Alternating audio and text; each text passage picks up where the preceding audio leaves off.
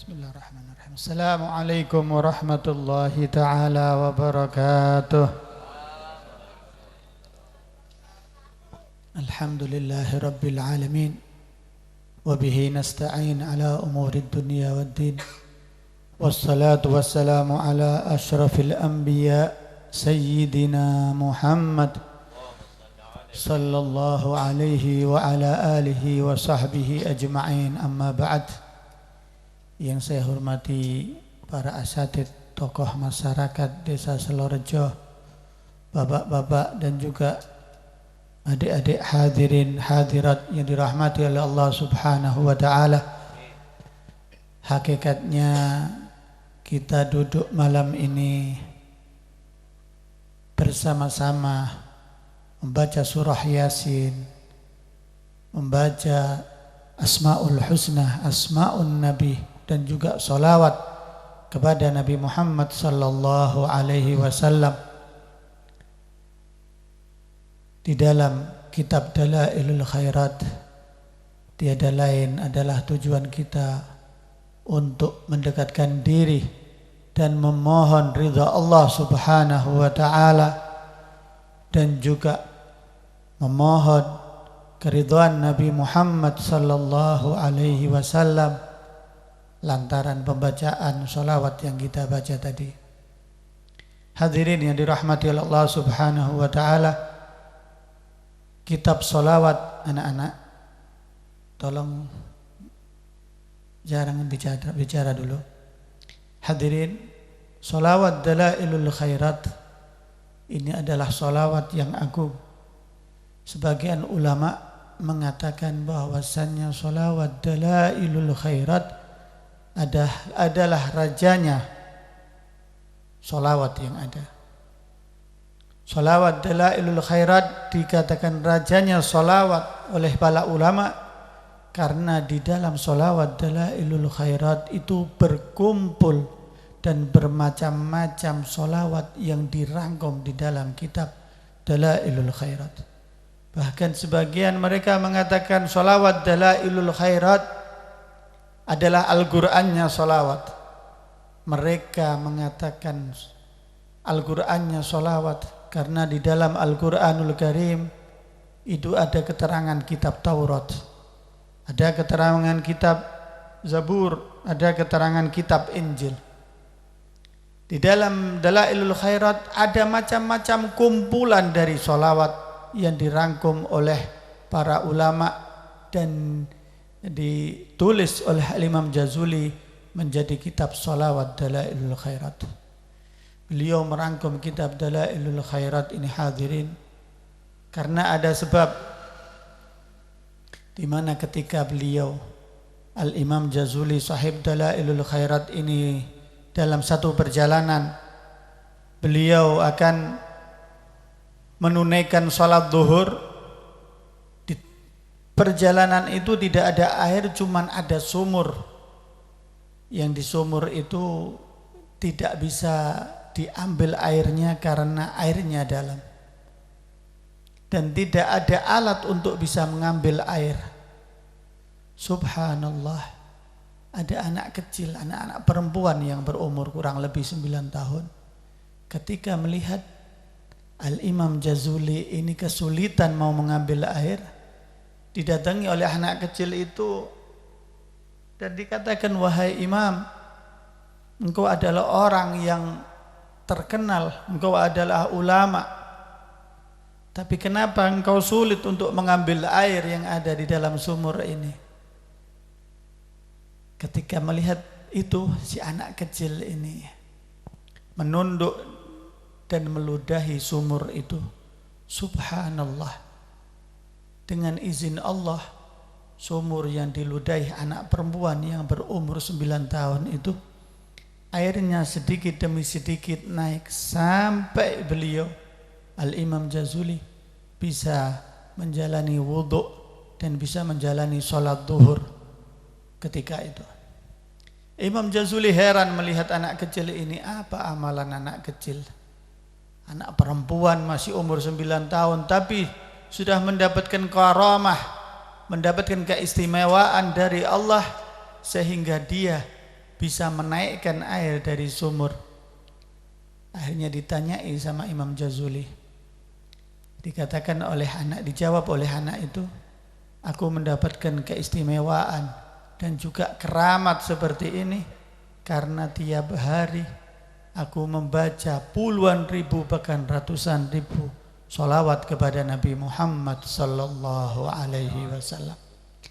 Ketika Imam Jazuli mendapatkan cerita dengan banyaknya anak kecil ini tadi bersolawat dan mendapatkan karamah kemuliaan dari Allah, Al-Imam Jazuli bernazar akan merangkum solawat untuk membukukan sehingga solawat itu nanti bisa dibaca dan bisa bermanfaat untuk muslimin.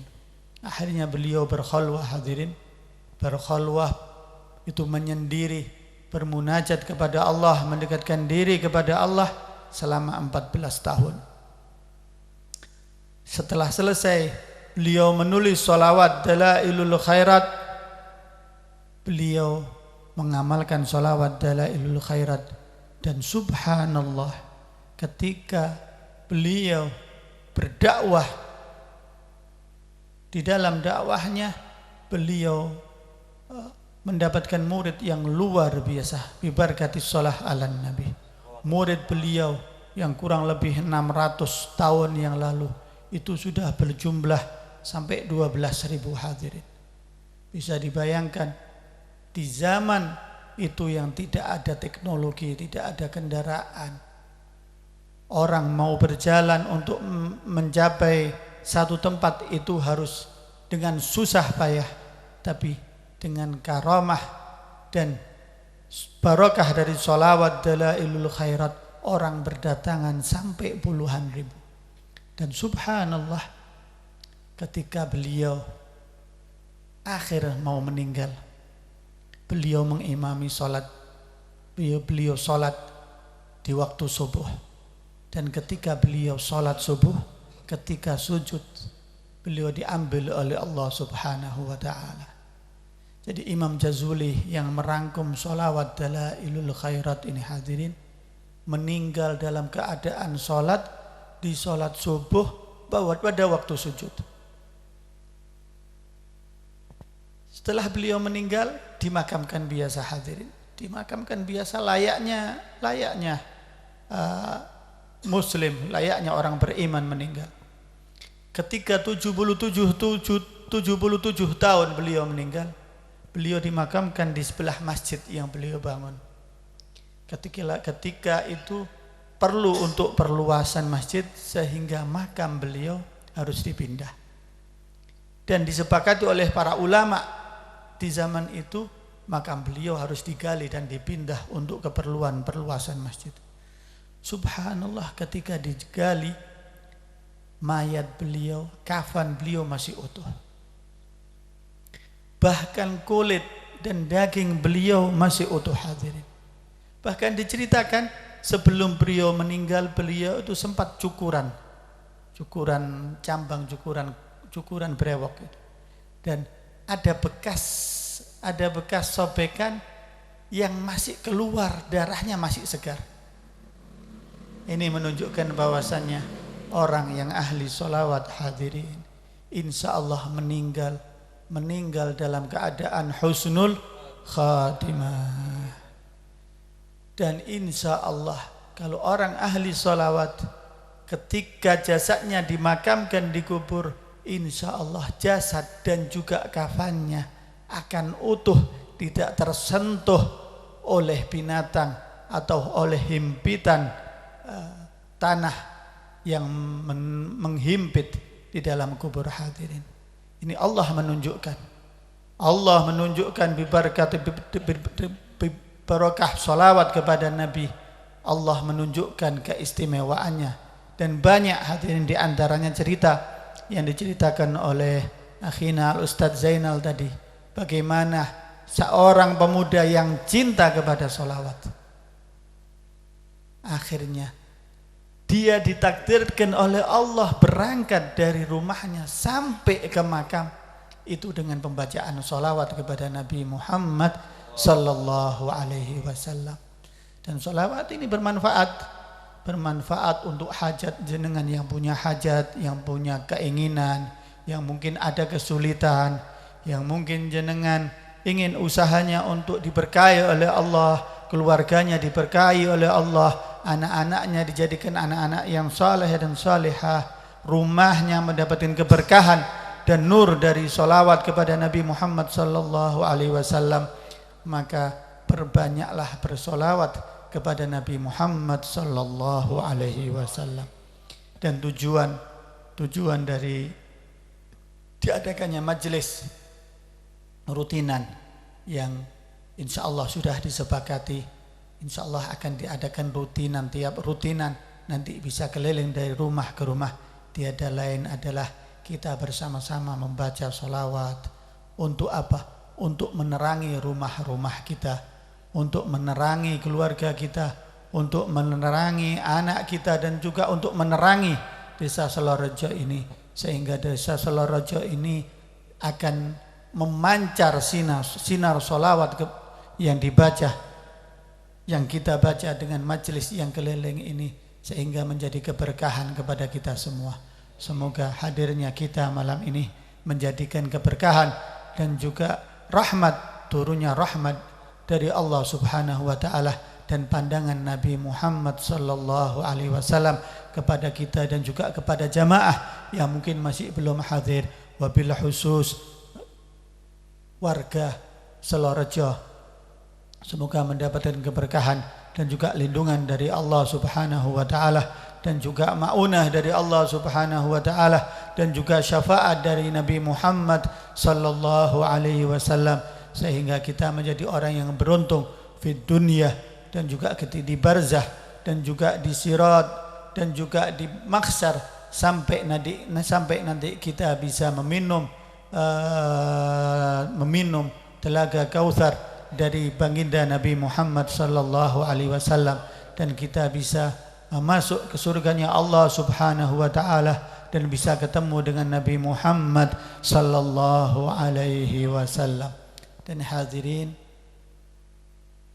pembacaan yang kita baca sholawat Yasin semua insya Allah akan menjadikan cahaya penerang bagi ahlul kubur yang telah meninggal yang jenengan bacai tadi. Dan insya Allah tidak ada sia-sia, tidak ada satu amalan yang sia-sia, yang di situ amalan untuk mendekatkan diri kepada Allah dan juga mendekatkan diri kepada Rasulullah, berzikir, membaca Yasin, dan juga salawat kepada Nabi Muhammad sallallahu alaihi wasallam. Hadirin yang dirahmati oleh Allah Subhanahu wa taala, saya berharap acara seperti ini bisa berlangsung dan berlanjut dan bisa istiqamah sehingga membawa kemanfaatan dan keberkahan kepada kita semua. Mari kita tutup dengan zikrul jalalah. Semoga pembacaan zikrul jalalah ini menjadikan sebab ketika kita meninggal dalam keadaan husnul khatimah. Bismillahirrahmanirrahim. La ilaha illallah al-mawjud fi kulli zaman.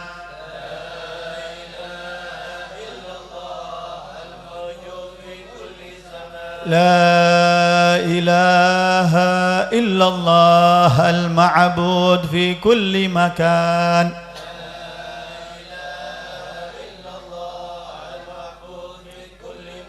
لا إله إلا الله المذكور بكل لسان.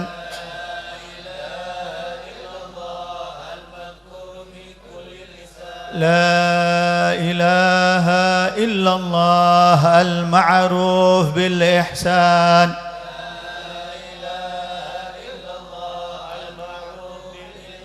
لا إله إلا الله كل يوم هو في شأن.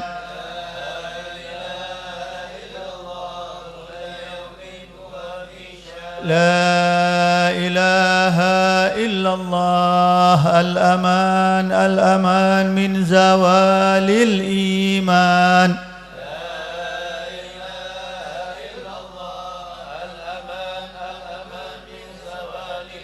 ومن فتنة الشيطان يا قديم الإحسان كم لك علينا من إحسان إحسانك القديم يا حنان يا منان